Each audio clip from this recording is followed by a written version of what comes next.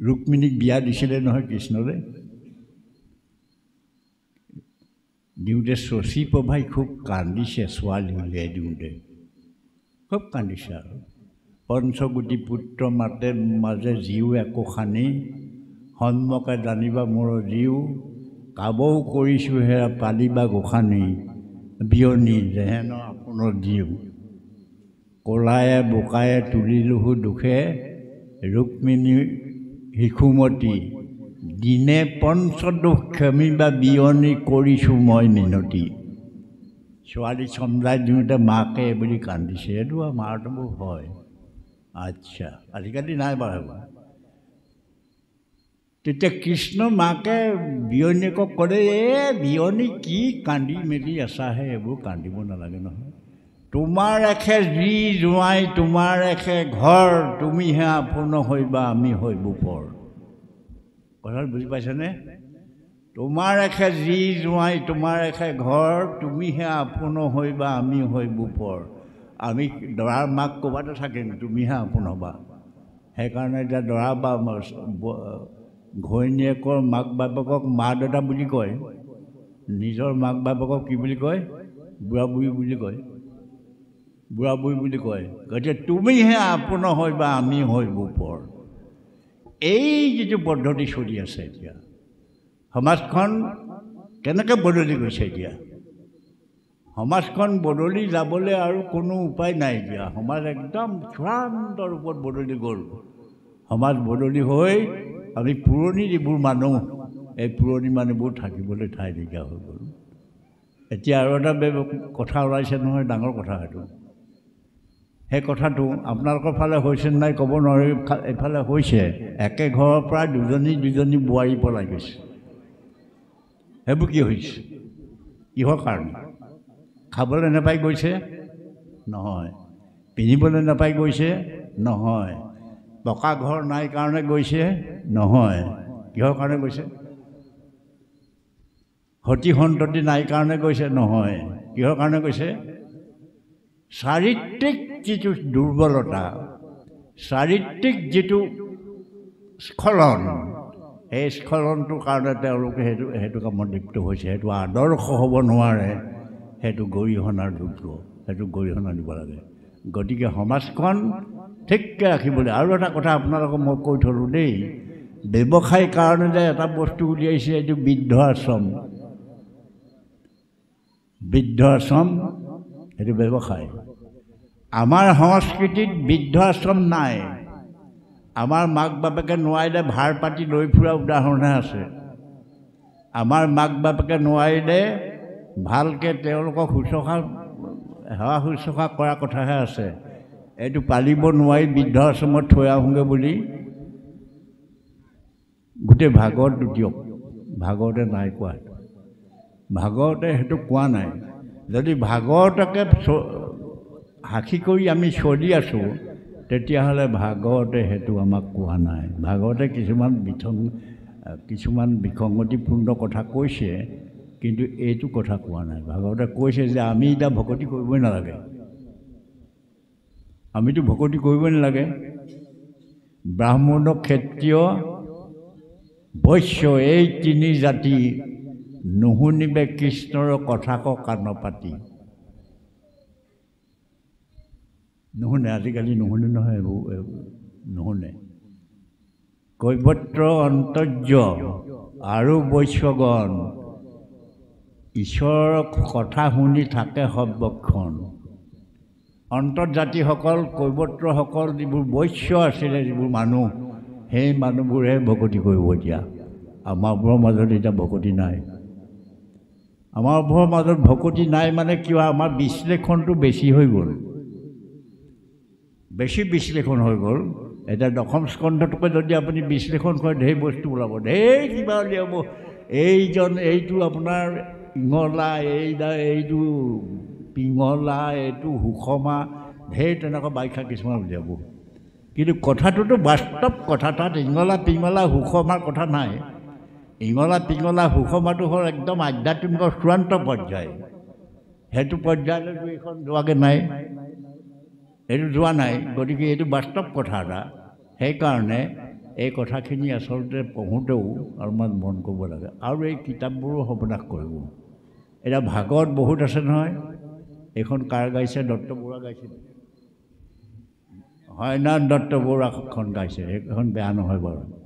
কেশৱানন্দ বুলি এজনৰ এখন আছে।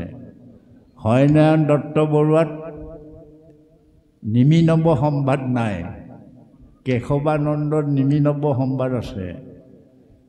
তাৰপাছত আছে নবীন শৰ্মা বুলি এখন, সেইখনত এইবোৰ অকণ অকণ গ্ৰাস গজেন্দ্ৰ যুদ্ধখন কিমান ডাঙৰ যুদ্ধ, চতুৰ্থ স্কন্ধৰ। সেইখনত কিমান আধ্যাত্মিক কথা আছে, তাত কেইটামান লাইন লিখিয়ে সেইখন সামৰিছে। বিষ্ণু পুৰাণ, আমাৰ সকলো ধৰ্মৰ একদম মূল গ্ৰন্থখনে হ'ল বিষ্ণু পুৰাণ। সেই বিষ্ণু পুৰাণে যিটো কয় আমি সেইটোকে মানিব লাগে। হৰিবংশ বুলি এখন আছে, এতিয়া হৰিবংশই কয় শাওণত অষ্টমী পাতিবা, আমাক ভাগৱতে কয় ভাদত অষ্টমী পাতিবা। গতিকে শাস্ত্ৰবিলাকৰো কোনো মত হেৰি নাই। শাস্ত্ৰ অনেক শাস্ত্ৰৰ ভিন্ন মত, কেৱে তাৰ নপাৱন্ত তত, ব্ৰহ্মাহৰে নপাৱন্ত পাৰ, মনুষ্যে বুজিবে কিবা তাৰ। যে ভাগৱতৰ শাস্ত্ৰৰ সীমা নাই। গতিকে আচলতে কথা হ'ল বুদ্ধিক হতস্থ কৰিয়া আপোন আত্মাক জানে নিশ্চয়। মূল বস্তুটো হ'ল বুদ্ধিক হতস্থ কৰক, আত্মাক হতস্থ কৰক, আৰু সেই আত্মাতে ঈশ্বৰক বিচাৰক। আপুনি কৈছে এইটো মোৰ ল'ৰা, ক'ত পালে আপুনি ল'ৰাটো? আপুনি ক'ত পালে ল'ৰাটো? যদি আপোনাৰ ল'ৰা, আপুনি থাকোঁতে ল'ৰাটো কোনে মাৰি নিব পাৰেহে। কিন্তু সিটো মৰি গৈছে। অপাৰ সংসাৰৰ নাও ডুবু ডুবু পাই, আপুনি আচন্ত পিতৃ পুত্ৰ মৰি যায়। কোনে নিলে সেইটো? গতিকে আমি ওপৰতে কিছুমান কৰোঁ, ৰোগীজনে ঔষধত লয় হৰণ, ঔষধৰ সমে দেখা তাহাৰ মৰণ। নৌকাত হৰণ লয় মজিয়া সাগৰে, নৌকা সমে দেখা সাগৰতে মজি মৰে। কামাতুৰ স্ত্ৰীকৰ স্বামীয়ে লয় হৰণ, এহিমতে ঈশ্বৰক নলৱে হৰণ, দুখ এৰাই বাক মাত্ৰ কৰয় যতন, বৃথা কৰয় যতন। ঈশ্বৰক সেইটো আস্থাৰে সৈতে নধৰে। দ্ৰৌপদী বস্ত্ৰ হৰণ হওঁতে কি কৈছিলে? কৃষ্ণই দ্ৰৌপদীক ধৰি, দ্ৰৌপদীয়ে কৃষ্ণক সুধিছে যে মোৰ বস্ত্ৰ হৰণ কৰোঁতে তোমাক ইমান মাতিলোঁ, তুমি মোৰ ওচৰত নাহিলে। তেতিয়া কৃষ্ণই ক'লে তুমিতো মোক মতা নাই, তুমি তোমাৰ গাৰ কাপোৰখন যিমান টানকৈ ধৰি আছা সিমানটো হেঁপাহে মোক মতা নাই তুমি। তথাপিও তোমাৰ লাজটো নিবাৰণ হ'ব নিমিত্তে মই তোমাক কাপোৰ দিলোঁ। গতিকে এই যিটো বৈষ্ণৱ মাৰ্গ, এই বৈষ্ণৱ মাৰ্গটো তেনেকুৱা এটা মাৰ্গ। যেতিয়া অশ্বত্থামাই দ্ৰৌপদীৰ ল'ৰা 5টা কাটি লৈ আহিলে, দ্ৰৌপদী বেজাৰত শেষ নাই, ইমান বেজাৰ লাগিছে। তেতিয়া অৰ্জুনে ক'লে যে মই অশ্বত্থামাৰ মূৰটো কাটি আনোগৈ, তুমি ৰ'বা খন্তেক। তাৰপৰা ধৰি আনিলেগৈ অশ্বত্থামাক। দ্ৰৌপদীয়ে ক'লে যে ইয়াক মেলি দিয়া, মেলি দিয়া, মেলি দিয়া, মেলি দিয়া, মেলি দিয়া। কেলৈ? বোলে মই যিটো পুত্ৰ সন্তাপ পাইছোঁ এইটো মই বুজিছোঁ, ইয়াক হত্যা কৰিলে গৌতমীও সেই একেটাই সন্তাপ পাব, তেওঁক সেইটো সন্তাপ দিয়াত মই নাই। গতিকে তেওঁক মুকলি কৰি দিয়া। সেইটোৱেই হ'ল বৈষ্ণৱ দৰ্শন, সেইটোৱেই হ'ল বৈষ্ণৱৰ আচল কথা। আচল মাৰিলেও কাটিহাৰ নকৰে দুনাই, ঈশ্বৰকে সঁচা মানি থাকে সৰ্বদাই। গতিকে ঈশ্বৰৰ ইচ্ছা, আমি মানুহ হৈ আছোঁ। ঈশ্বৰৰ ইচ্ছা আজি বৰষুণ অহা নাই, ঈশ্বৰৰ ইচ্ছা ধুমুহা অহা নাই, ঈশ্বৰৰ ইচ্ছা বজ্ৰপাত অহা নাই। সেইকাৰণে অৰ্জুনক কথাবোৰ কৈ লাষ্টত অৰ্জুনে কি ধৰিলেগৈ যে আকাশত যে চন্দ্ৰ সূৰ্যবোৰ আছে এইবোৰ কোনে কৰিছে? আকাশত যে চন্দ্ৰ সূৰ্যবোৰ আছে এইবোৰ কোনে কৰিছে? তেতিয়া কৃষ্ণ বিমত পৰি ক'লে যে তুমি আমি আদি হবে প্ৰকৃতিৰ বৈশ্য, প্ৰকৃতি কৰাৰে যিটো হৈবেক অৱশ্য যে মই কি ঈশ্বৰ মই ঈশ্বৰৰ প্ৰকৃতিৰ ওপৰত ঈশ্বৰ নহয় মই প্ৰকৃতিৰ ওপৰত ঈশ্বৰ নহয় প্ৰকৃতিৰ যি ইচ্ছা সেই ইচ্ছা চলি যাব মই প্ৰকৃতিৰ ওপৰত ঈশ্বৰ নহয় গতিকে তুমি আমি আদি হবে প্ৰকৃতিৰ অৱশ্য প্ৰকৃতি কৰাৰে যিটো হৈবেক অৱশ্য গতিকে প্ৰকৃতিয়ে যিটো কৰে আপুনি জন্ম হৈছে ল'ৰাটো গৰ্ভত সৃষ্টি হৈছে প্ৰকৃতিৰ নিয়ম সি জন্ম হ'ব লাগে প্ৰকৃতিৰ নিয়ম সি কেৰেহুৱা হ'ব লাগে প্ৰকৃতিৰ নিয়ম সি ডেকা হ'ব লাগে প্ৰকৃতিৰ নিয়ম সি বিয়া বাৰু সংসাৰ পাতি ল'ৰা ছোৱালী জন্ম দিব লাগে প্ৰকৃতিৰ নিয়ম সি বৃদ্ধ হ'ব লাগে প্ৰকৃতিৰ নিয়ম সি মৰিব লাগে তাত ঈশ্বৰৰ কোনো সম্পৰ্ক নাই ঈশ্বৰৰ একো সম্পৰ্ক নাই ঈশ্বৰৰ সম্পৰ্কটো হ'ল আপোনাৰ আত্মাৰ লগত আপোনাৰ আত্মাটো আচলতে ঈশ্বৰত কিমান সমৰ্পিত হৈছে ঈশ্বৰৰ লগত সম্পৰ্কটো সেইটোকে ইয়াত কৈছে যে এই ডাঙৰ বাক্যটা তাত লিখিছে কটাক্ষে কাটিলে কি বধ নালাগয় অস্ত্ৰে কাটিলেহে কটা এই গোপীজনী কৃষ্ণই কিবা কিবি কলত তাই কৈছে যে কটাক্ষে কাটিলে কি বধ নালাগয় মানে কাট মাৰি কথা ক'লে কি বধ নালাগে নেকি অস্ত্ৰে কাটিলেহে কটা নেকি গোপীয়ে কৈছে যে কাট মাৰি মোৰ হৃদয়ত আঘাত দি কোৱা কথাটোৱে হ'লে মোক বধ কৰা নহয় নেকি অস্ত্ৰে কাটিলেহে কটা নেকি সেইকাৰণে আপোনাৰ হৃদয়ত যিহেতুকে ভগৱান আছে মোৰ হৃদয়তো ভগৱান আছে বুলি আপুনি বিশ্বাস কৰক আপোনাক মাৰটো মাৰিলে আপুনি যে দুখ পায় সেই একেটা দুখকে মোক মাৰিলেও যে মই দুখ পাম সেইটো উপলব্ধি কৰক আপোনাৰ ভোক লাগিলে পেটত পুৰণি উঠে মোৰ ভোক লাগিলেও যে পেটত পুৰণি উঠে সেইটো উপলব্ধি কৰক আপোনাৰ ঘৰত কোনোবা ঢুকালে আপোনাৰ যিটো বেজাৰ লাগে আনৰ ঘৰত কোনোবাজন ঢুকালেও সেই একেটা বেজাৰে লাগিছে বুলি আপুনি উপলব্ধি কৰক সেইটোৱেই হ'ল মানৱতাবাদ সেইটোৱেই হ'ল গীতাৰ দৰ্শন সেইটোৱেই হ'ল আচল ভকতি ইদৰে ভকতি বুলিতো একো বস্তু নাই ক'ত আছে ভকতি বুলি কিবা বস্তু আছে নেকি ভকতি বুলি বোলে কিনি অনা কিমান ল'ব মই খাই দিওঁ হৈ যাব সেইটোতো বস্তুটো নহয় সেইটোতো নহয় এতিয়াতো ঈশ্বৰক দেখিবলৈ দিয়া নাই নহয় ঈশ্বৰক ভজিবলৈহে দিছে ঈশ্বৰক পাবলৈ দিয়া নাই ঈশ্বৰক ভজিবলৈ দিছে যে তুমি ভজনা কৰা ঈশ্বৰক নোপোৱা তুমি ক'ত পাবা কলি যুগত এতিয়া ঈশ্বৰক পাবলৈ নাই নহয় ঈশ্বৰক নোপোৱা ঈশ্বৰক ক'ত পাবা সন্তৰ সংগত পাবা সন্তৰ সংগত ভকতৰ সংগত ঈশ্বৰক পাবা আৰু সেই ভকতৰ সংগত মই নিজে থাকোঁ সেইকাৰণে আপুনি এটা সকাম এটা পাতিছে যেনিবা 5 জন ভকত মাতিলে আপুনি ভাবিলে যে এইজন গৰু চোৰ এইজন জেওৰা চোৰ এইজন হাঁহ চোৰ এইজন ধান চোৰ আৰু এইজন জেওৰা চোৰ ভকত কাক মাতিলে হাঁহ চোৰ গৰু চোৰ জেওৰা চোৰ ধান চোৰহে মাতিলে আপুনি ভকত কাক মাতিলে ভকত ডাঙৰ কথা এইটো গতিকে শাস্ত্ৰই এটা উপায় দিছে যে ভকততে ঈশ্বৰৰ মূৰ্তি দেখিবা সাক্ষাৎ এই যে চোৰ হ'লেও যে মানুহখিনি মাতি আনিছে তেওঁলোকক আপুনি ঈশ্বৰ সাক্ষাৎ ভগৱান বুলি জ্ঞান কৰক আৰু সাক্ষাৎ ভগৱান বুলি তেওঁ সেৱা কৰক তেতিয়া আপোনাৰ উন্নতি হ'ব আৰু আপোনাৰ শৃংখলা হ'ব বৰ দীঘলীয়া নকৰোঁ শেষত মই আকৌ এটা কথা কৈছোঁ যে মন কৰিব 84 লক্ষ জীৱন পাৰ কৰি আমি মানুহৰ জীৱন হৈছোঁ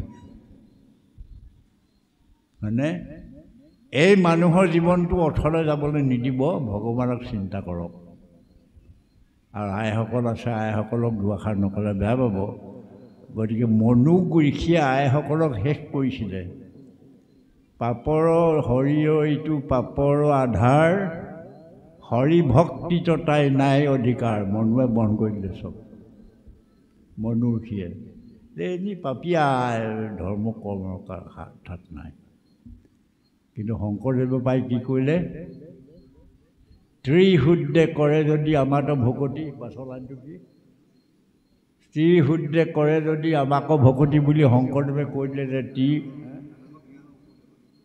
তাকো উপদেশত দিবা থিয় কৰি মতি বুলি শংকৰদেৱে কৈ দিলে তেতিয়াবা মাইকী মানুহে ভাওনা কৰে মাইকী মানুহে দিহানাম গায় মাইকী মানুহে সকলো কৰে মহিলাই সকলো কৰে মহিলাই এতিয়া সকলো কৰিব পৰা হৈ গ'ল মহিলাৰ হৰিদেৱৰ জীয়েক পদ্মেশ্বৰী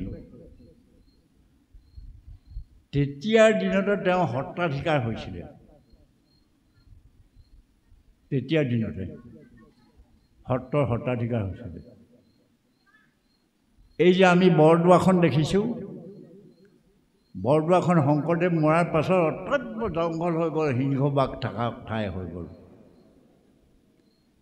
তেওঁ নাতি মনোৰমাই আহোম ৰজাৰ লগত কথা পাতি সেইখন কাটি চফা কৰি এতিয়া আমাক বৰদোৱা দিলে মাইকী মানুহৰ ইমান বাহাদুৰি আছে মহিলাৰ ইমান বাহাদুৰি আছে গতিকে মহিলাসকলে গৃহস্থীখন পৰিচালনা কৰাৰ লগতে গাঁওখন দেশ সমাজখনো পৰিচালনা কৰিব লাগিব ৰাতিপুৱা শুই উঠক ৰাতিপুৱা বোৱাই পোৱাতে শুই উঠক বোৱাই পোৱাতে শুই উঠি গা ধুবলৈ যাওক সেইটোক কয় অমৃত স্নান আৰু অমৃত স্নান কৰি আহি যেতিয়া কিবা কিবি ৰান্ধি বাঢ়ি ল'ৰা ছোৱালীক খুৱাব তেওঁলোকক অমৃত খোৱা তুলিলে হ'ব তাৰপাছত মতাজন উঠি পথাৰলৈ যোৱাৰ পাছত লাহেকৈ যিগৰাকী উঠি গাটো ধুই আহিব সেইটো হ'ল দুগ্ধ স্নান তেওঁ সেইটো গা ধুই আহি যেতিয়া হাত সিজাই পৰাই খুৱাব সেইটো দুগ্ধ খোৱা তুল্য হ'ব আৰু 10 বজাত উঠি খৰধৰকৈ গাটো ধুই যেতিয়া ভাত পানী সিজাব সেইটো হ'ল ৰক্ত স্নান সেইটো সিজাই খোৱা মানে আচলতে তেজ সিজাই খোৱা হয় এই কথাবোৰ মহিলাসকলৰ কাৰণে আছে গতিকে মহিলাসকলে এই কথাখিনি নিশ্চয় যত্ন কৰিব লাগিব আৰু এটা কথা কৈছোঁ শুনিবলৈ বেয়া নুশুনিব আপোনালোকে সন্তান জন্ম দিব লাগে কাৰণে জন্ম নিদিব এইটো সামাজিক কথা দেই এইটো কোনো লাজ কৰাৰ কথা নহয় সন্তান জন্ম দিব লাগে কাৰণেই সন্তানটো জন্ম দিব নালাগে কাৰণ সন্তানটোৱে আপোনাৰ যশস্যা বৃদ্ধি কৰিব লাগিব সন্তানটোৱে আপোনাৰ সমাজখনৰ মান মৰ্যাদা বৃদ্ধি কৰিব লাগিব সন্তানটোৱে নিজক জিলিকাই তুলিব লাগিব তেনেকুৱা সন্তান জন্ম দিয়ক কুৰুক্ষেত্ৰত গান্ধাৰী 100টা সন্তান হ'ল কি হ'ল গ'ল কুন্তীৰ 5টা হ'ল কি হ'ল থাকি গ'ল বায়ুক কৈছে তোমাৰ নিচিনা ল'ৰা এটা দিয়া ভীমক দিছে যম ৰজাক কৈছে তোমাৰ নিচিনা ধৰ্মৱান ল'ৰা এটা দিয়াৰ যুধিষ্ঠিৰ হৈছে ইন্দ্ৰক কৈছে তোমাৰ নিচিনা ধেনুবান জনা ল'ৰা এটা দিয়া অৰ্জুনক দিছে আকৌ অশ্বিনী কুমাৰক কৈছে তোমালোকৰ নিচিনা ল'ৰা এটা দিয়া নকুল সহদেও দিছে গতিকে তপস্যাৰ মাধ্যমেৰেদি যিটো বস্তু পায় এইটো ডাঙৰ কথা তপস্যাৰ মাধ্যমেৰে যিটো বস্তু পায় সেইটোহে আপোনাক জিলিকাব আৰু নহ'লে আপোনাক দুৰ্যোধনৰ পাৰ্টীয়ে জিকাব নোৱাৰে দুৰ্যোধনৰ পাৰ্টীয়ে আপোনাক জিকাব নোৱাৰিব সেইকাৰণে এটা কথা সদায় মন কৰিব আপোনাৰ সন্তানটো যাতে দুৰ্যোধন নহয় আপুনি জন্ম দিবলৈ ধৰা সন্তানটো যাতে দুঃশাসন নহয় এই কথাখিনি আপোনাসকলে চাব এই কথাটো ভাগৱতত পুংখানুপুংখৰূপে লিখি থৈছে 3য় স্কন্ধত পঢ়াই নাই নহয় আকৌ 10টোহে পঢ়িলে এইটো কথা পুংখানুপুংখৰূপে একদম ভাঙি ঠানকৈ লিখি থৈছে 3য় স্কন্ধত গতিকে এই কথাখিনি আপোনালোকে অলপ চিন্তা কৰিব কাৰণ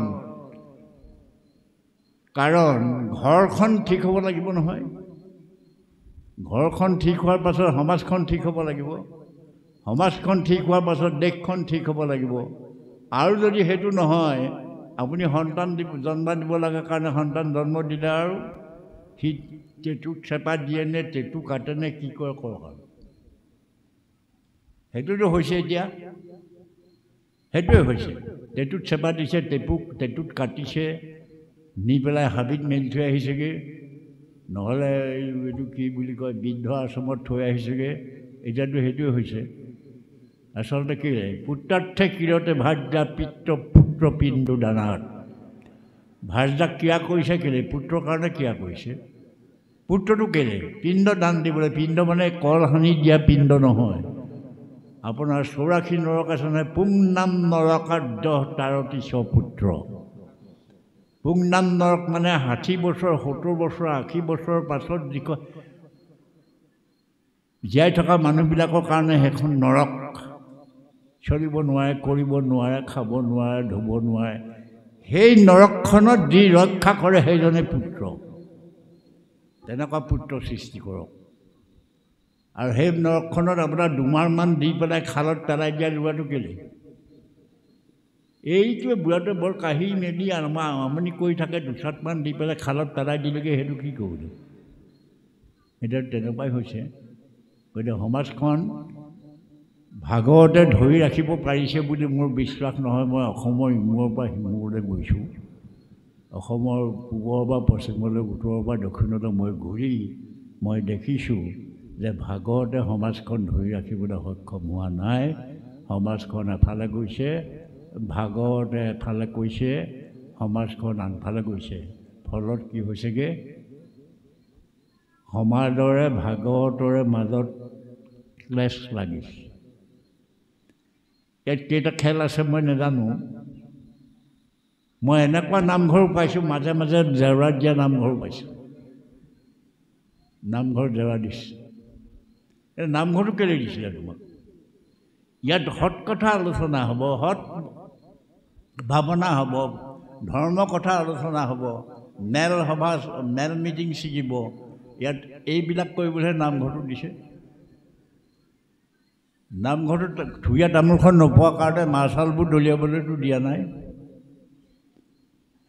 এইটো পোৱা কথা কৈছোঁ মই থুৰীয়া তামোল নোপোৱা কাৰণে মূধত ঢাৰিখন নোপোৱা কাৰণে ঠেহ পাতি গুচি যাবলৈতো নামঘৰত দিয়া নাই তোমাৰ যদি গাত গুণ আছে তুমি একদম নেজত বহিলেও জিলিকি থাকিবা মানুহক কিহে ধুনীয়া কৰে মানুহক ধুনীয়া কৰে জ্ঞানে যি যিমান জ্ঞানী সি সিমান ধুনীয়া যি যিমান জ্ঞানী সি সিমান সাহসী গতিকে তুমি যদি প্ৰকৃততে জ্ঞানী হোৱা তেতিয়াহ'লে তুমি নেজত বহি থাকিলেও জিলিকি থাকিবা এই ভাৱনাটো নাই মই বৰ ভকত দলি ভাৰ বয় বেয়া নাপাব দেই খাৱন পিন্ধনকে ভক্তি বুলি কয় মই বৰ ভকত দলি ভাৰ বয় খাৱন পিন্ধনকে ভক্তি বুলি কয় চাউল কেইমুঠি দিব লাগে সেইটোৱে ভক্তি নহয়নে প্ৰসাদ কেইমুঠি দিব লাগে সেইটোৱে ভক্তি বন্তিটো কোনফালে দিব লাগে সেইটো আৰ্হি সেইটো লাগে নালাগে বুলি মই কোৱা নাই কিন্তু তাত ভকতিটো নাই ভকতিটো হৈছে আত্মচিন্তন নিজক যি চিন্তা কৰিছে আত্মচিন্তনটোত ভকতি আছে গতিকে আত্মাক চিন্তা কৰক হে প্ৰভু তুমি দিয়া সন্তান এইটো তুমি যেনি নিয়া নিৰ্দিষ্ঠিত হৈয়া তুমি যেন কৰাই বাহা স্বামী ঋষিকেশ কৰিও তেনেয় হে প্ৰভু মোৰ হৃদয়ৰ স্থিতি লৈ তুমি মোক যিহকে কৰোৱা মই তাকে কৰিম এইটো বঙালী কবিতাত লিখিছে আমাৰ না যেন কৰিয়া প্ৰচাৰ আমাৰ আপোন কাজে তোহাৰী ইচ্ছা কৰাহা পূৰ্ণ আমাৰ জীৱন মাজে হে প্ৰভু মোৰ কাৰণে তুমি মোক লৈ তুমি একো কৰিব নালাগে মোক লৈ যদি তোমাৰ কিবা কৰিবলগীয়া আছে সেইটো কৰা ডাঙৰ কথা তুমি মোক একো কৰিব নালাগে মোক একো কৰিবলৈ কৰি দিব নালাগে কিন্তু মোক লৈ যদি তোমাৰ কিবা খেলিবলৈ আছে কিবা কৰিবলৈ আছে সেইটো কৰা আমাৰ না যেন কৰিয়া প্ৰচাৰ আমাৰ আপোন কাজে তোহাৰী ইচ্ছা কৰাহে পূৰ্ণ আমাৰ মোৰ জীৱনৰ মাজেদি তোমাৰ ইচ্ছা পূৰ্ণ কৰা ঈশ্বৰ সেইটোৱেই হ'ল একান্ত হৰণ অৰ্থাৎ সমস্ত সত্তা অৰ্পণ কৰি দিছে ঈশ্বৰক সেই ঈশ্বৰ তুমি যেনি নিয়া তেনি আৰু সেইকাৰণে আমাক ভাগৱতে 12টা স্কন্ধ আছে নহয় 12টা স্কন্ধৰ 11-12টো বাৰু সেইটো বেলেগ কথা বাৰু সেইটো হেৰি এওঁ গৈছেগৈ নহয় কৃষ্ণক গৈছেগৈ উদ্ধৱে কথা কৈছে উদ্ধৱক কৈছে আৰু যে তুমি যাব লাগে যাব নালাগে মই থাকিব লাগে সেইবোৰ কিবা কিবি কৈছে কিন্তু কথা হ'ল মই ইয়াতে এবাৰ দি থৈ গৈছিলোঁ কথাটো মই প্ৰথমবাৰ আহোঁতে এটা প্ৰশ্ন দি থৈ গৈছিলোঁ ইয়াত ভাগৱতখন এটা মৰা সাপেৰে আৰম্ভ হৈ এটা জীয়া সাপেৰে শেষ হৈছে সেই প্ৰশ্নটো দিছিলোঁ তাৰপিছত আৰু এটা প্ৰশ্ন দিছিলোঁ যে কৃষ্ণই বুঢ়া আহঁত গছত নাও যি শিশু অস্বস্থ গছত কিয় আওঁ দিলে এইবোৰ তত্ত্ব থকা কথা আমি সকলো মিয়মান মানুহ সকলো মৰি আছোঁ আৰু কেতিয়া জিম যেতিয়া আধ্যাত্মিক জ্ঞানটো পূৰ্ণ হ'বগৈ যেতিয়া আধ্যাত্মিক জ্ঞানটো পূৰা পামগৈ পৰীক্ষিতৰ নিচিনাকৈ তেতিয়া জিম আমি এতিয়া আমি চব মৰা সেইটোৱে হ'ল মৰা সাপেৰে আৰম্ভ হৈ জীয়া সাপে শেষ হ'ল অস্বস্থ বিষ যে কুমলীয়া জোপাত আওঁ যে ডাঙৰ জোপাত নাওঁ যে অৰ্থাৎ কৃষ্ণ কাহানিও বুঢ়া হোৱা নাই কৃষ্ণ সদায় শিশু হ'লনে কৃষ্ণ সদায় শিশু কৃষ্ণ মৰোতে ইমান বয়স হৈছিলে বুলি 100 কিমান বছৰ হৈছিলে বুলি কয় 100 সিমান বছৰত কৃষ্ণ চুলি পকিছিলে নাই কৃষ্ণ চুলি পকিছিলে নাই তেতিয়া নাই পকা কৃষ্ণ দাড়িকে নগৈছিলে গতিকে সদায় শিশুৰূপে গকুলত কিৰিলা অপাৰ বুলি যে কৈছে সদায় শিশুৰূপে কৃষ্ণ আছিলে হে প্ৰভুসকল মই বহুত সোনকালে আহিলোঁ 5টা বজাতে আহিলোঁ বয়সো হৈছে মোৰ গতিকে মই গধূলি নোলাওঁ মই 6টা বজাৰ ভিতৰ সোমাওঁ আজি মই 6টা বজাত ওলাবলগীয়া হ'ল এই নাৰায়ণ দত্তহঁতৰ বৰ হেঁচা পৰিলে মই ওলাই আহিলোঁ আৰু ভাগৱতৰ কথা আজিকালি মই বৰকৈ ক'বলৈ এৰিলোঁ মানে ভাগৱতে সমাজত একো কাম কৰা নাই ভাগৱতৰ কথা মই নকওঁ ভাগৱতৰ প্ৰথম স্কন্ধটোতে লিখি দিছোঁ যিটো কৰ্ম কৰোঁ তাত নাহিকে বিশ্বাস আপোনাৰ কৰ্মে ভৰিলে সৰ্বনাশ যিটো কৰ্ম কৰোঁ তাতো বিশ্বাস নাই সত্য যুগে ধ্যান যোগ গ'ল ধ্যান থাকিলে তেতা যুগত যোগ গ'ল যজ্ঞ থাকিলে দাপাৰত পূজা যোগ গ'ল পূজা থাকিলে গতিকে মোৰ মিখলীয়া ভক্তি ঘোঁৰাৰ শৃংগাৰত সুখ নাই কটি ভাঙে তাৰ আমি এতিয়া মিহলীয়া ভক্তি কৰি আছোঁ নহ'লেতো দুৰ্গা পূজাত প্ৰসংগ কৰোঁগৈ না আমি নাৰায়ণ দত্তই কৰেগৈ দুৰ্গা পূজাত প্ৰসংগ কৰেগৈ নেকি লক্ষ্মী পূজাত প্ৰসংগ কৰোঁগৈ নি আমি চব মিহলীয়া হৈ গ'ল কাৰণ নামটো সৃষ্টি হৈছিলে সেইবোৰৰ বিপৰীতেহে নামটো সৃষ্টি হৈছিলে আকৌ সেইবোৰতে যদি এইটো সোমোৱাই দিওঁগৈ কি হ'ব এতিয়া গঢ়ৰ চাউল আজিকালি কমিছে আগতে খুব গঢ়ৰ চাউল খুৱাই নহয় মানুহে কোলাৰ দৰ্ব আজিকালি এইফালে আছে নাই ক'ব নোৱাৰোঁ আমাৰ ফালে কমিলে কোলাৰ দৰ্বৰ চাউল খুৱাই গ্ৰহ পূজা গতিকে যেতিয়া এক ঈশ্বৰক একান্ত চিতেৰে ধ্যানত হৃদয়ত স্থাপন কৰিব তেওঁ কি গ্ৰহ পূজা কি দেৱতা পূজা কৰিব লাগিছে দেৱতাই তেওঁৰ ওচৰত জীৱা মেলি থাকিব শেষত মই এটা কথা কৈ সামৰোঁ সেইটো হ'ল যে ভাগৱত যে গায় ভাগৱতটো গাওঁতে শুদ্ধকৈ গাব লাগিব দেই তস্তা ঋষি আপোনাৰ এটা ল'ৰা দৰকাৰ হ'ল ইন্দ্ৰহঁতক মাৰিবৰ কাৰণে অসুৰ মাৰিবৰ কাৰণে ল'ৰা এটা দৰকাৰ হ'ল গতিকে তস্তা ঋষিয়ে যজ্ঞ পাতিলে যজ্ঞত মন্ত্ৰ ভুল হৈ গ'ল মন্ত্ৰ ভুল হোৱাৰ কাৰণে ইন্দ্ৰক মৰাক চাই ইন্দ্ৰৰ হাততহে মৰিলে গতিকে এই বাক্য ক্ৰিয়াটো ওলোটা হয় সেইকাৰণে ওলোটাকৈ পঢ়িব নালাগে যি পঢ়ে শুদ্ধকৈ পঢ়িব লাগে পঢ়ি আচলতে আৰু পঢ়ি যোৱাটোৱে কথা নহয়, অলপ আত্মবোধটো ল'ব লাগিব, তেতিয়াহে আচলতে ঈশ্বৰক পূজা কৰা হ'ব আৰু ঈশ্বৰ তেতিয়া সন্তুষ্ট হ'ব। নহ'লে শান্তিপাৰ ৰাইজে আজি 10 বছৰ, আজি 11 বছৰ এতিয়া 10 বছৰ 10 বছৰ গাইছে, 10 বছৰে নিশ্চয় ইয়াৰ বতাহটো অলপমান ভাগতময় কৰিছে, নকৰা নহয়। গতিকে ভাগতময় যিটো বতাহ, এই বতাহত ল'ৰা ছোৱালীকেইটাও নিশ্চয় ভাল হৈছে, আইসকলো নিশ্চয় ভাল হৈছে আৰু ভাগৱতৰ প্ৰভাৱত গোটেই সমাজখন ভাল হৈছে। আমিও ভগৱন্তৰ ওচৰত প্ৰাৰ্থনা কৰিছোঁ, ৰাইজৰ মংগল হওক, ভাগৱতৰ প্ৰভাৱত ঘৰে ঘৰে সুমংগল হওক আৰু উঠি অহা চাম ল'ৰা ছোৱালী আচলতে অলপ ভাগৱত প্ৰেমী অৰ্থাৎ আধ্যাত্মিক চিন্তা বা নৈতিক চিন্তা কৰা ল'ৰা ছোৱালীবিলাক হওক। আজি এতিয়া ইয়াত ডেকা মানুহ নাই, আপোনাৰ মোক কেলে আৰু এইবোৰ দৰকাৰ আছে নি? আপোনালোক বহি আছে যে আপোনালোকৰ দৰকাৰ আছে নি? এইবোৰ নাই আৰু, যি পালে যি খালে আৰু, হ'লনে? দৰকাৰ যাৰ আছিলে তেওঁ নাই নহয়। আপোনাৰো দৰকাৰ আছে, আপুনি যিখিনি পালে সেইখিনি ঘৰত মেলি দিয়কগৈ। ইয়াৰ পৰা যিখিনি পাই নিব সেইখিনি ঘৰত মেলি দিয়কগৈ ল'ৰা ছোৱালী আগত, যে কথাটো এনেকুৱা।